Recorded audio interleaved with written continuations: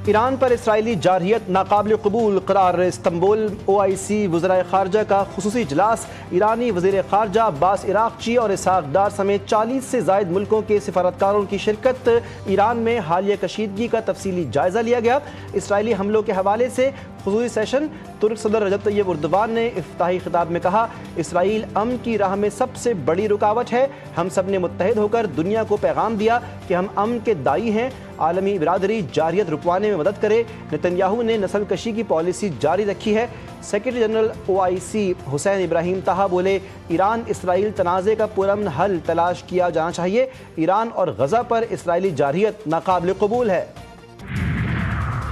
OIC وزرائے خارجہ کے اجلاس کے موقع پر نائب وزیر اعظم اسحاق ڈار اور فیلڈ مارشل عاصم منیر کی ترک صدر سے ملاقات پاک ترک تعلقات اور قیادت کی ایران پر اسرائیلی حملوں کی شدید مذمت ایران کی خود مختاری اور دفاع کے حق کی حمایت کا اعادہ کشیدگی کم کرنے کی سفارتی کوششیں جاری رکھنے پر اتفاق عالمی برادری سے فوری جنگ بندی کا مطالبہ کیا گیا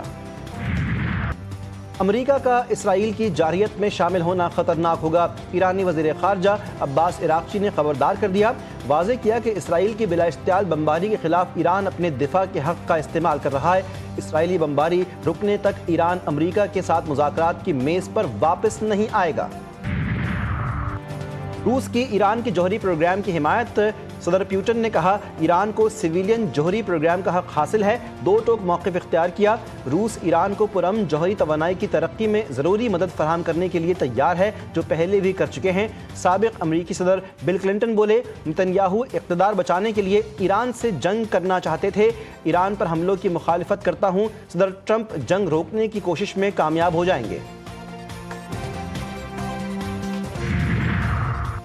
ایرانی صدر مسعود پزشکیان کا فرانس کے صدر سے ٹیلی فونک رابطہ یورپی طاقتوں اور ایران کے درمیان جوہری ہتھیاروں سے متعلق مذاکرات کو تیز کرنے کی ضرورت پر اتفاق فرانس کے صدر سے ایکس پر پیغام میں لکھا انہیں یقین ہے کہ جنگ سے نکلنے اور بڑے خطرات سے بچنے کا راستہ موجود ہے یورپی شراکت داروں کی قیادت میں ایران کے ساتھ مذاکرات میں تیزی لائیں گے ایران سے بات کریں گے دیکھتے ہیں کیا ہوتا ہے مذاکرات سے پہلے سیز فائر چاہتے ہیں ایران میں زمینی افواج اتارنا آخری حل ہوگا امریکن صدر ڈونلڈ ٹرمپ کی نیو جرسی میں صحافیوں سے گفتگو کہا پاک بھارت جنگ رکوانے پر مجھے نوبیل انعام ملنا چاہیے پاکستان کے ساتھ تجارتی معاہدہ کرنے جا رہے ہیں ایران کے ایٹمی ہتھیاروں سے متعلق انٹیلیجنس ایجنسی کے سربراہ تلسی گبارڈ کا بیان غلط قرار حکومت پاکستان نے صدر ڈونلڈ ٹرمپ کو نوبیل انعام 2026 دینے کی سفارش کر دی حکومت پاکستان نے کہا ٹرمپ کی مداخلت سے خطے میں جنگ ٹل گئی ورنہ تنازع سے خطے میں تباہ کن نتائج ہوتے صدر ٹرمپ کو فیصلہ کن سفارتی مداخلت اور کلیدی قیادت کے اعتراف میں نوبیل انعام ملنا چاہیے عالمی برادری نے بھارت کی بلا اشتعال جارحیت دیکھی جو علاقائی سالمیت کی سنگین خلاف ورزی تھی دفاع کا حق استعمال کرتے ہوئے آپریشن بنیان مرصوص کیا مسئلہ کشمیر کے حل میں صدر ٹرمپ کی مخلصانہ پیشکش بھی قابل تعریف ہے امید ہے صدر ٹرمپ علاقائی اور عالمی استحکام کے لیے کوششیں جاری رکھیں گے مشرق وسطی کے بحران بشمول غزہ میں انسانی المیہ اور ایران میں بگڑتی کشیدگی میں ٹرمپ اپنا کردار ادا کریں گے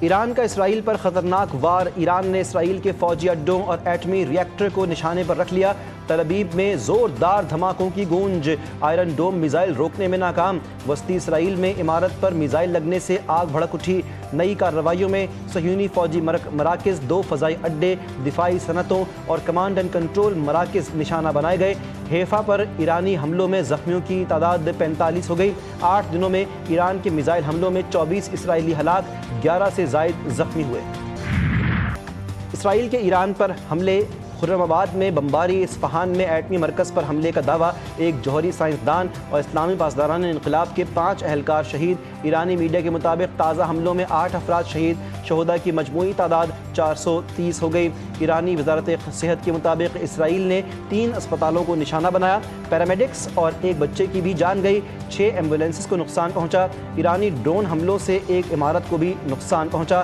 پولیس نے مغربی تہران کے علاقے میں الیکٹرانک بم ناکارہ بنا دیا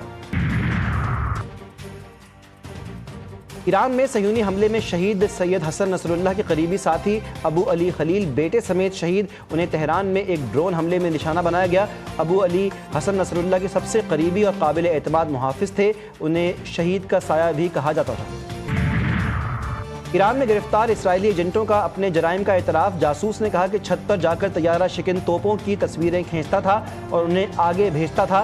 چیف جسٹس غلام حسین محسنی بولے، گرفتار جاسوسوں سے تفتیش جلد مکمل کی جائے گی۔ تحقیقات مکمل ہوتے ہی مجرموں کو فوری طور پر سخت سزا کا سامنا کرنا پڑے گا۔ ایرانی حملوں سے حیفا میں تباہی، اسرائیل امن کی دہائی دینے لگا۔ حیفا کے میئر کا ایران کے ساتھ فوری امن قائم کرنے پر زور، کہا کہ ایرانی میزائلوں سے پہلے ہی بڑی تباہی ہو چکی ہے، ہم جنگ بندی کے لیے ٹرمپ کا انتظار نہیں کر سکتے۔ مارچ میں واضح طور پر کہا تھا کہ ایران جوہری ہتھیار نہیں بنا رہا۔ امریکن انٹیلیجنس ایجنسی کی سربراہ تلسی گبارڈ کا بیان سامنے آ گیا۔ کہا فرق یہ ہے کہ ایران جوہری ہتھیار ایک ہفتے میں بنا سکتا ہے اگر وہ ایسا کرنا چاہے۔ میرا اور صدر ٹرمپ کا ایک ہی موقف ہے کہ ایران جوہری ہتھیار حاصل نہیں کر سکتا۔ ٹرمپ نے تلسی گبارڈ کی ایران کے حوالے سے رپورٹ کو غلط قرار دیا تھا۔ ایران کے اقوام متحدہ کے سلامتی کونسل میں IAEA کے سربراہ کے خلاف شکایت خط میں موقف اختیار کیا گیا کہ رافائل گروسی نے پیشہ ورانہ ذمہ داریوں سے انحراف کیا۔ رافائل گروسی نے ایران کی جوہری تنصیبات کو نشانہ بنانے کی مذمت نہیں کی۔ گروسی کی خاموشی اسرائیلی حملوں کی حمایت سمجھی جائے گی۔ پاکستان میں 2.5-3 سال سے ہائیبرڈ حکومت چل رہی ہے۔ پاکستان کا ہائیبرڈ نظام بہترین کام کر رہا ہے، جس میں فوجی اور سویلین قیادت مل کر اقتدار میں شریک ہیں۔ وزیر دفاع خواجہ آصف کی عرب نیوز کو انٹرویو، کہا یہ ایک ہائیبرڈ نظام ہے، یہ مثالی جمہوریت حکومت نہیں لیکن یہ انتظام کام کر رہا ہے۔ مودی سرکار کی ہٹ درمی برقرار، سندھ طاس معاہدہ بحال نہ کرنے کا اعلان کر دیا۔ بھارتی وزیر داخلہ امت شاہ نے کہا سندھ طاس معاہدہ کبھی بحال نہیں ہوگا، وہ پانی جو پاکستان جا رہا ہے اسے ایک نہر بنا کر راجستھان لے جائیں گے، پاکستان پانی کی ایک ایک بوند کو ترسے گا۔ پاکستان نے امت شاہ کا بیان مسترد کر دیا۔ ترجمان دفتر خارجہ نے کہا کہ بھارتی طرز عمل نہایت خطرناک اور غیر ذمہ دارانہ نظیر قائم کرتا ہے۔ پاکستان اپنے جائز حقوق اور مفادات کے تحفظ کے لیے تمام ضروری اقدامات کرے گا۔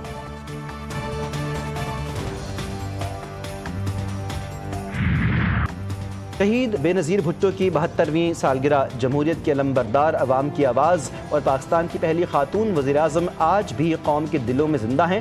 صدر مملکت آصف زرداری نے عظیم قربانیوں اور خدمات پر خراج عقیدت پیش کرتے ہوئے کہا شہید بی بی نے آمریت کے خلاف جرأت سے مزاحمت کی، جمہوریت، خواتین کے حقوق اور آئین کی بالادستی کے لیے بھرپور جدوجہد کی۔ ان کی قیادت قوم کے لیے مشعل راہ ہے۔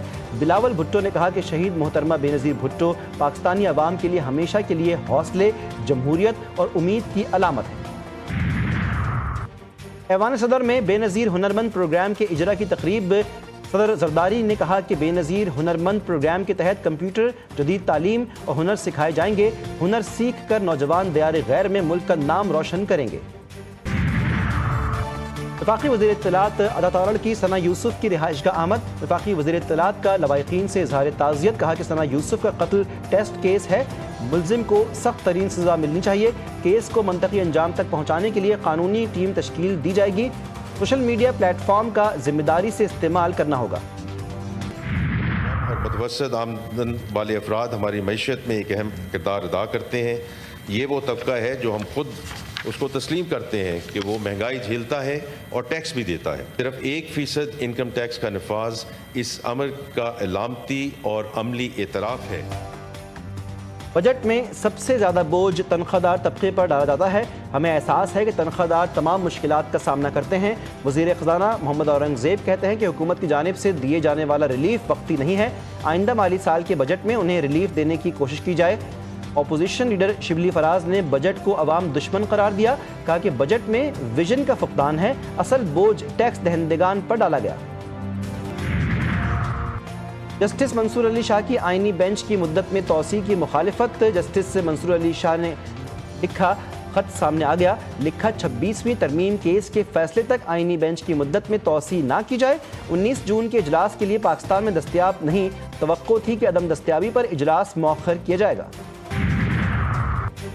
سابق وزیر خارجہ شاہ محمود قریشی کی ضمانت منظور کر لی گئی۔ انسداد دہشت گردی کی عدالت نے شادمان تھانہ حملہ کیس میں ضمانت منظور کی۔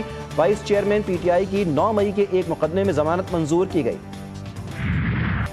نیوزی لینڈ نے FIH نیشنز کپ 2025 جیت لیا۔ نیوزی لینڈ نے میچ 6 گول کیے، پاکستانی ٹیم صرف 2 گول کر پائی۔ نیوزی لینڈ نے پاکستان کو شکست دے کر نیشنز کپ ہاکی ٹورنامنٹ جیت لیا۔ پاکستان کی جانب سے حیات زکریا اور شکیل معین نے ایک گول کیا۔ شدید گرمی کے بعد بارش کی انٹری، راولپنڈی اور اسلام آباد میں موسلا دھار بارش، موسم خوشگوار۔ دیر بالا کوہستان کے سیاحتی مقامات میں شدید بارشیں، ندی نالوں اور دریائے کوہستان میں طغیانی، سیلابی ریلے میں بہہ کر بچہ جامحق، جہاز بانڈا، لاموتی، جندری اور دیگر مقامات کے 3 رابطہ پل بہہ گئے۔ کراچی میں آج بھی دن بھر آسمان پر بادلوں کا راج رہا، گرمی کی شدت میں کمی۔ محکمہ موسمیات کے مطابق شہر کا درجہ حرارت 35 ریکارڈ کیا گیا۔ آئندہ چند روز تک مطلع ابر آلود رہنے کا امکان ہے۔ ملک بھر میں پری مانسون سیزن کا آغاز، 23 جون تک ملک کے مختلف حصوں میں بارش کی پیشگوئی۔ تبھی ہوتی ہے جب کچھ نہ کچھ آپ صحیح کرنے کی کوشش کر رہے ہوتے ہیں۔ میں تو بری چیزیں آج کل سندھ اسمبلی میں سنتا ہوں کہ پوری MQM اپنا کردار، اپنا ماضی بھول کے سے مرتضیٰ اور سلمان پر فوکس کریں، KMC پر فوکس کریں۔